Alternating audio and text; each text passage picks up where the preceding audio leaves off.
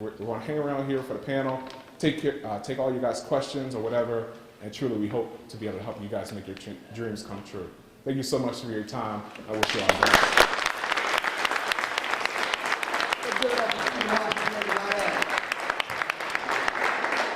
All right, how many people felt like they learned something from Stephen? Bam, turn to the person next to you, give them a high five, tell them you're awesome. Now, before you get up, the best part, I think, is now we're coming to the end. We're having local entrepreneurs, Stephen and Rob, are going to be coming up here. I will be moderating and running around asking you guys questions. You guys will be asking questions, and they'll be giving some real feedback. This is where, if you haven't answered all your questions, this is where you get some detailed stuff. If you need help with how do you raise capital, how do you find investors, how do you market to, how do you compete with people. Okay. A lot of, if you have any detailed questions, we definitely want to hear from the panel. After the panel, we're doing a raffle where we're giving away the $250 value business plan software. If anyone's in a business plan class, this makes it so much easier. This makes it so easy. And we're giving out books and other things like that. So we're taking a 5-minute break. But before you go, oh, I know you guys itching. You know the whole saying is not what you know, it's who you know. So a cool thing about my entrepreneurial story is I know Donald Trump. And I've watched, I've read all his books. I know so much about Donald Trump. You know the problem with me and Donald Trump's relationship is? He doesn't know me. It's not what you know, it's not who you know, it's who knows you. So when you take your break, go and meet some new people. Go up to Stephen and Rob who just spoke. Let's give those two speakers a big round of applause again. I'm going to put out the music. We got left music coming up. So I look forward to your questions. 5-minute break. Last, all the way to Rob, is go from give a minute kind of intro of who you are, what's your specialty, and what questions you probably best can answer, your student answer. So, have at it, Les. Okay, hi, I'm Steve Felice, graduate of West Liberty in 1976. Business administration, specialized in marketing, and I launched out of school into a sales career that was very, very fulfilling and very exciting for a number of years. At age 41, started my own company. My first company, D. Felice Care Inc. It's a regional provider of home oxygen therapy, sleep therapy, and have subsequently started a large geographic area as a franchisee of Visiting Angels, non-medical home care. That's private pay, adult children pay to have someone come in for mom and dad. Started a total of, I think I'm right about 6 companies now. So I got a late start, but I'm working hard to catch up. Again, you guys just heard my spiel.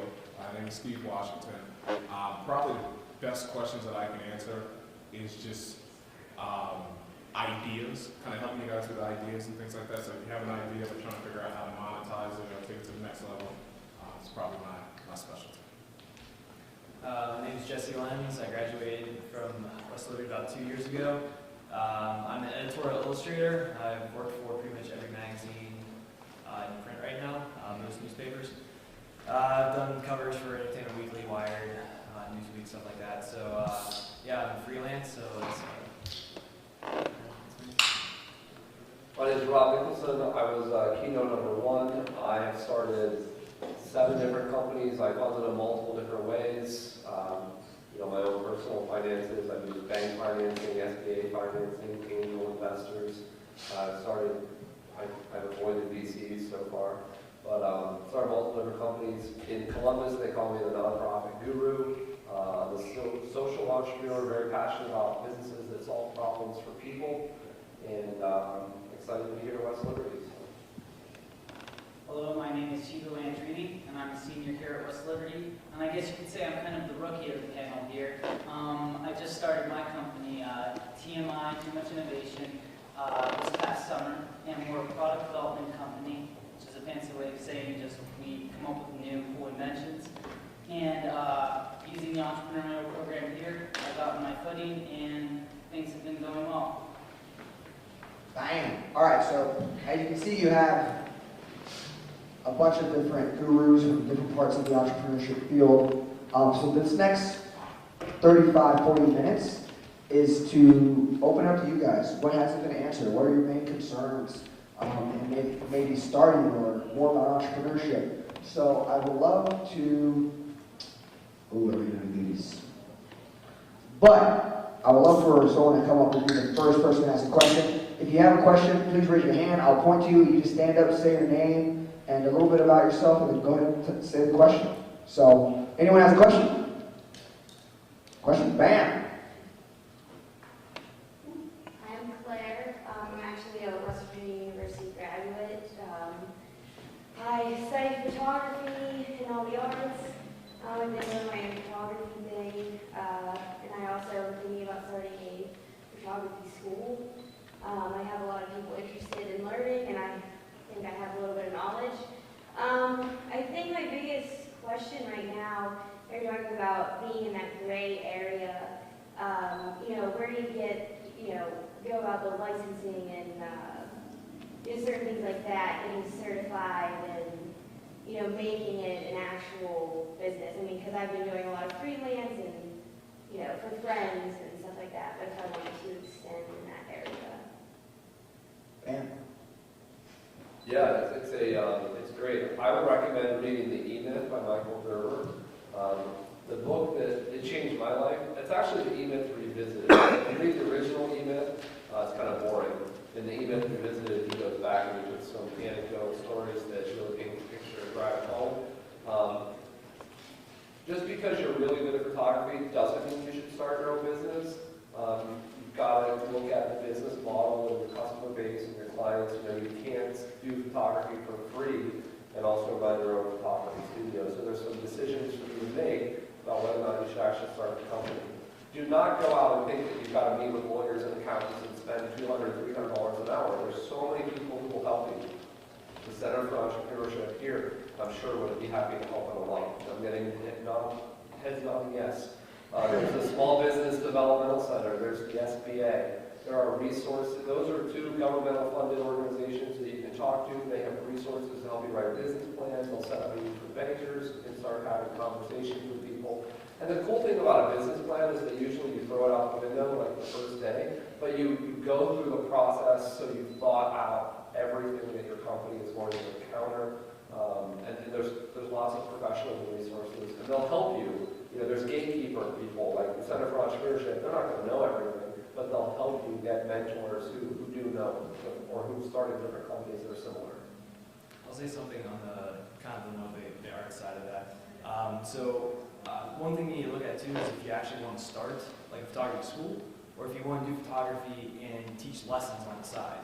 Because that actually might be something that's a little bit less formal, that might work out well for you, because if you're doing freelance photography right now, you can take that and continue to make a living at it without ever having to create like a business plan or anything like that, because you're going to be a sole proprietor doing it. So basically all you have to do is be paying your taxes on it, and then everything you're doing, whether it's lessons or anything, all funnels back into that same career. So there's a lot less paperwork. I mean, it's basically what I did, to kind of start working. As you start getting paid, you start putting away your taxes, you get an accountant, and then you start paying taxes, and that's really all you have to do. We can talk a little bit later about that if you want to, but there's a little bit, if you want to go the route of actually like getting a building and doing that, then yes, you need to look at all this stuff. But if you think that you just like teaching people and you like doing it, it might be, you might want to look a little bit smaller and just, an easier way to get your foot in the door. And then later, if you want to build into that, you already have a successful, sole proprietor company that you can, have a little more respect going into this place, trying to get funding and stuff like that. Great first question. Next question. Bam. Bam's the word. Well, I never told you I should talk because I've actually started a community arts nonprofit in Martins Ferry, and we we're just building on the capital that we already have. It's the house where my mother grew up, so we have to put a lot of money into renovations, but it's about 5,000 square feet, so there's a lot of space to use for printmaking rooms and multi-purpose workshop room and now gallery spaces. And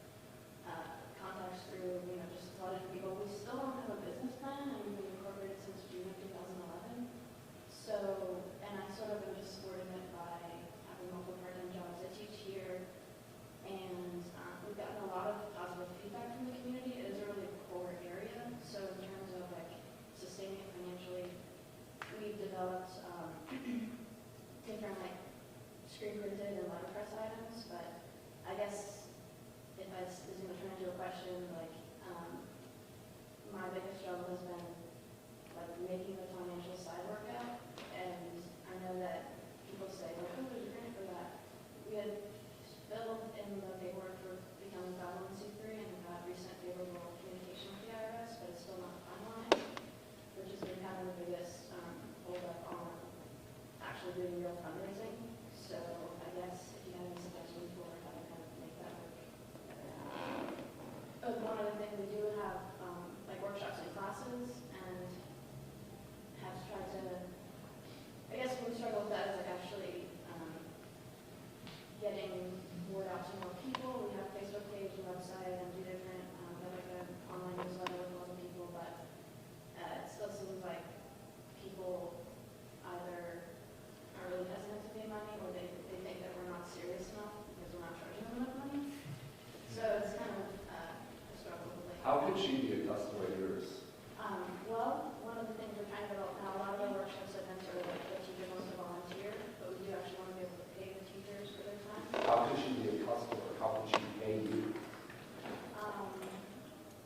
She could pay us to have be represented in one of the spaces that we put ourselves up there, like at the second time of the holiday sale or like. I mean, if I heard it correctly, Claire, you need a space where you can have photography classes and things like that, right? Right. And, I'm sorry, what was your name again? Oh, my name is Sienna. Sienna? You have 5,000 square foot space, it's pretty much designed around art, right? So you've got all sorts of cool places to take pictures. Okay, so I'm going to talk specifically about your nonprofit, but then about nonprofits also, and I'll do it quickly so I don't take up a lot of time. But nonprofits are a completely different world than what everybody thinks they are. The way that they operate, I sort of describe it like a kindergarten class. When people walk in, the teacher walks in, or the foundation, like the Bill Gates or Microsoft Foundation or whatever, when people come in, we all look nice. And we've all got our name tags, and they say, we promote the arts, and we fight cancer, and we help kids, we're all great people. But then when they leave, we start ripping each other's hair out. We're beating each other up like, kids who are unruly. The nonprofit world, people fight over those grants. People, have relationships, and they have an inside track. So the easiest way to support your nonprofit is through earned income. And earned income is what is really known as social entrepreneurship. So you're helping a social mission using entrepreneurship. You don't need to have a formal business plan. The 501c3 process is intended to be brutal. If you think about the IRS, their whole goal is to collect tax dollars from its people. When they give away a 501c3 tax exemption, they're literally giving people a piece of paper that says you don't have to pay taxes. So that paper, if you've ever thought about it, it's really against everything that they believe in. They believe everyone should pay taxes always. So they're not big fans of giving away not giving away, but approving agencies to be 501c3 tax exempted.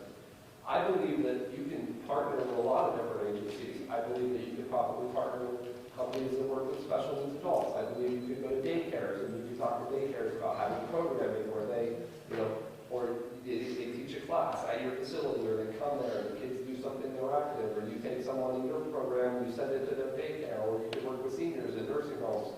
All those groups are disabled veterans. You can go to veterans homes and interact with them.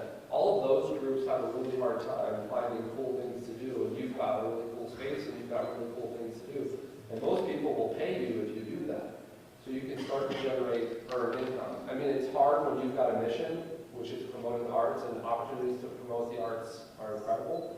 But so working with those special needs adults, you're like, how can I make them pay for that? But you know what? It sustains what you're doing. It keeps your business alive, so you don't have to work 4 jobs and get paychecks so that you can keep the business doors open. Nonprofits, like the future of nonprofits, I'm actually working on a book right now called Kill Nonprofits.